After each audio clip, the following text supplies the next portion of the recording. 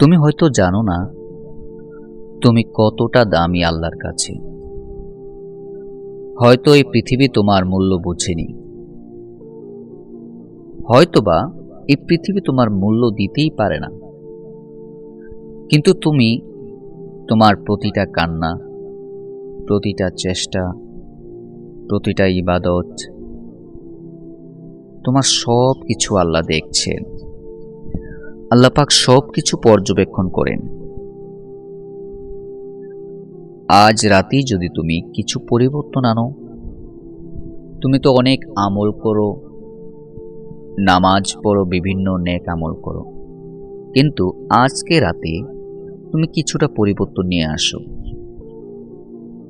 আজকে শুক্রবার রাতে তুমি কিছুটা পরিবর্তন তোমার জীবনে ঘটাতে পারো। হয়তো তোমার কিয়ামতের হিসাব একদম হালকা হয়ে যাবে।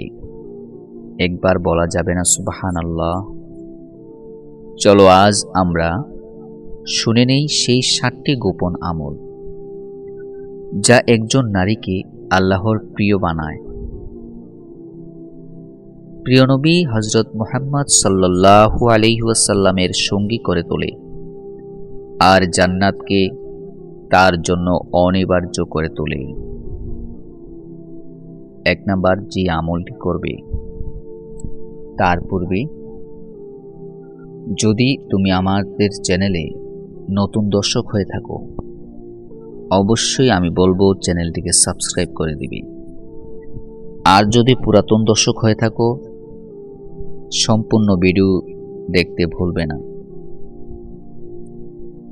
তাহাজ্জুদের নামাজ এবং চোখের পানি। তোমাকে প্রথম যে আমলটা দিচ্ছি সেটার নাম হচ্ছে তাহাজ্জুদের নামাজ এবং চোখের পানি। রাতের অন্ধকারে যখন সবাই ঘুমিয়ে পড়ে, তুমি যদি রাত্রিবেলা নামাজ পড়ে আল্লাহর সামনে কিছুক্ষণ কাঁদো, সেই কান্না আসমানে উঠে যায় আর ফেরেশতারা তখন বলতে থাকে, হে আল্লাহ,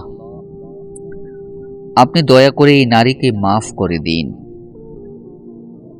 প্রিয় নবী হযরত মুহাম্মদ সাল্লাল্লাহু আলাইহি ওয়াসাল্লাম বলেছেন, 3 জনকে আল্লাহ পাক খুব বেশি ভালোবাসেন। তার মধ্যে একজন হলো সেই নারী যে নিজের ঘর থেকে উঠে রাত্রেবেলা আল্লাহর ইবাদত করে। আজ রাতেই চেষ্টা করব এমনকি 2 রাকাত হলেও কমপক্ষে নামাজ পড়ো। দ্বিতীয়ত যে কাজটি তুমি করবে, তোমার স্বামীকে আল্লাহ পাকের ইবাদতের পথে উৎসাহ দিবে। দাম্পত্য জীবন শুধু রান্না আর ঝগড়া নয়। তুমি যদি স্বামীকে নামাজে উৎসাহ দাও, সে কোরআন পড়ুক, হারাম থেকে বেঁচে থাকুক, তুমি কি জানো এর প্রতিটা সওয়াব তোমার আমলনামায় লেখা হবে? প্রতিটা সওয়াবের প্রতিদান তুমি কিন্তু পেয়ে যাবে, যেটা তুমি কল্পনাও করতে পারোনি।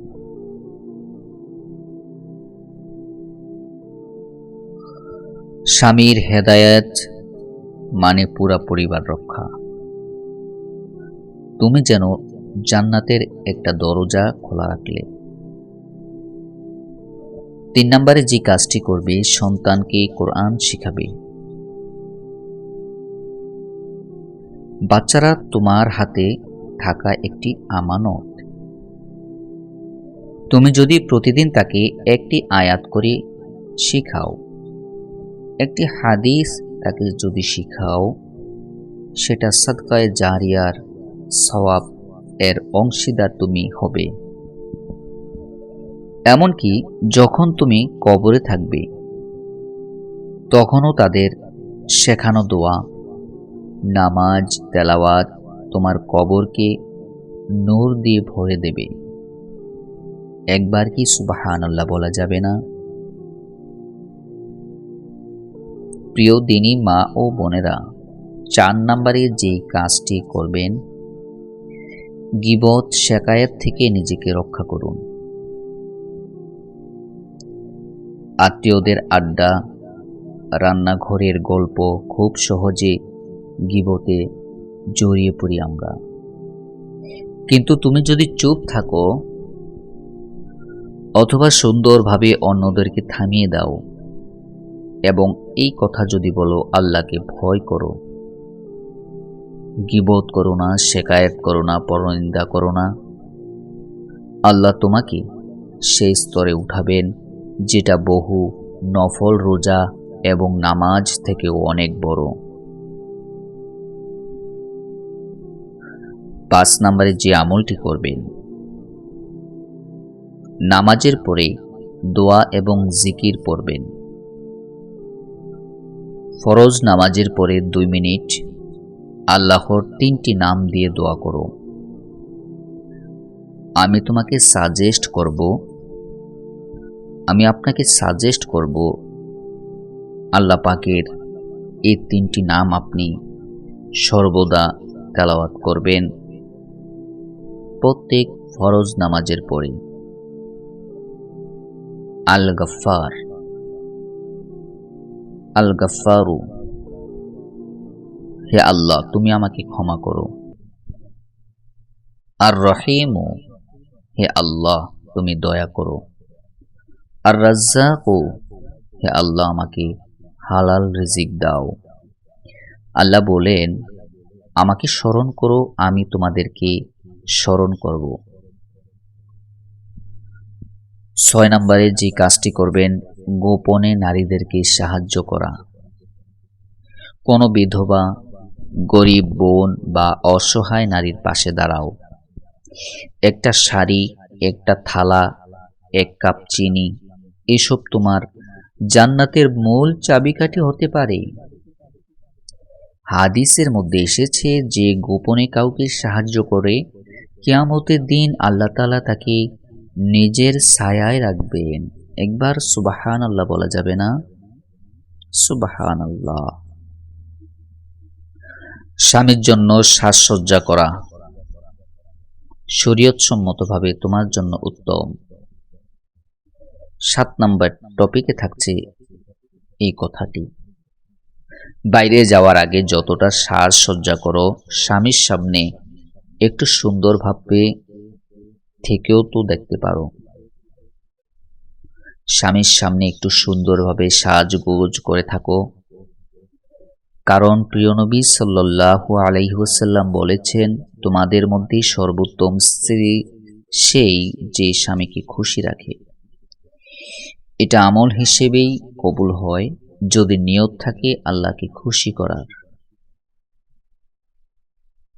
প্রিয় বোন, হয়তো আজ রাতে আল্লাহ তাআলা তোমার তাকদীর বদলে দিবেন।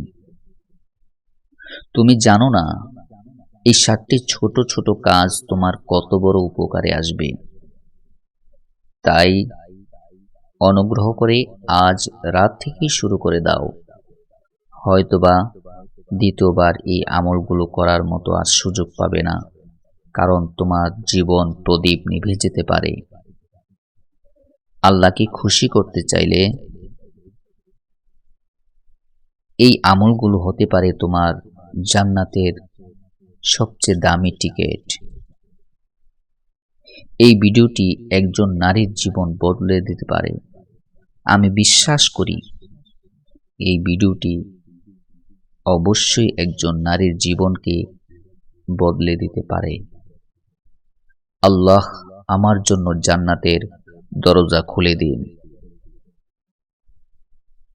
যারা যারা ভিডিওটি দেখছেন সবাইকে ধন্যবাদ জানাচ্ছি। পরবর্তী ভিডিওর জন্য চোখ রাখুন আমাদের চ্যানেলটিকে সাবস্ক্রাইব করে দিবেন, পাশে থাকা বেল আইকনটি বাজিয়ে দিবেন, আর ইসলামিক আমল শিখুন চ্যানেলটি সবার মাঝে প্রচার করে দিন। ধন্যবাদ। আসসালামু আলাইকুম রাহমাতুল্লাহ।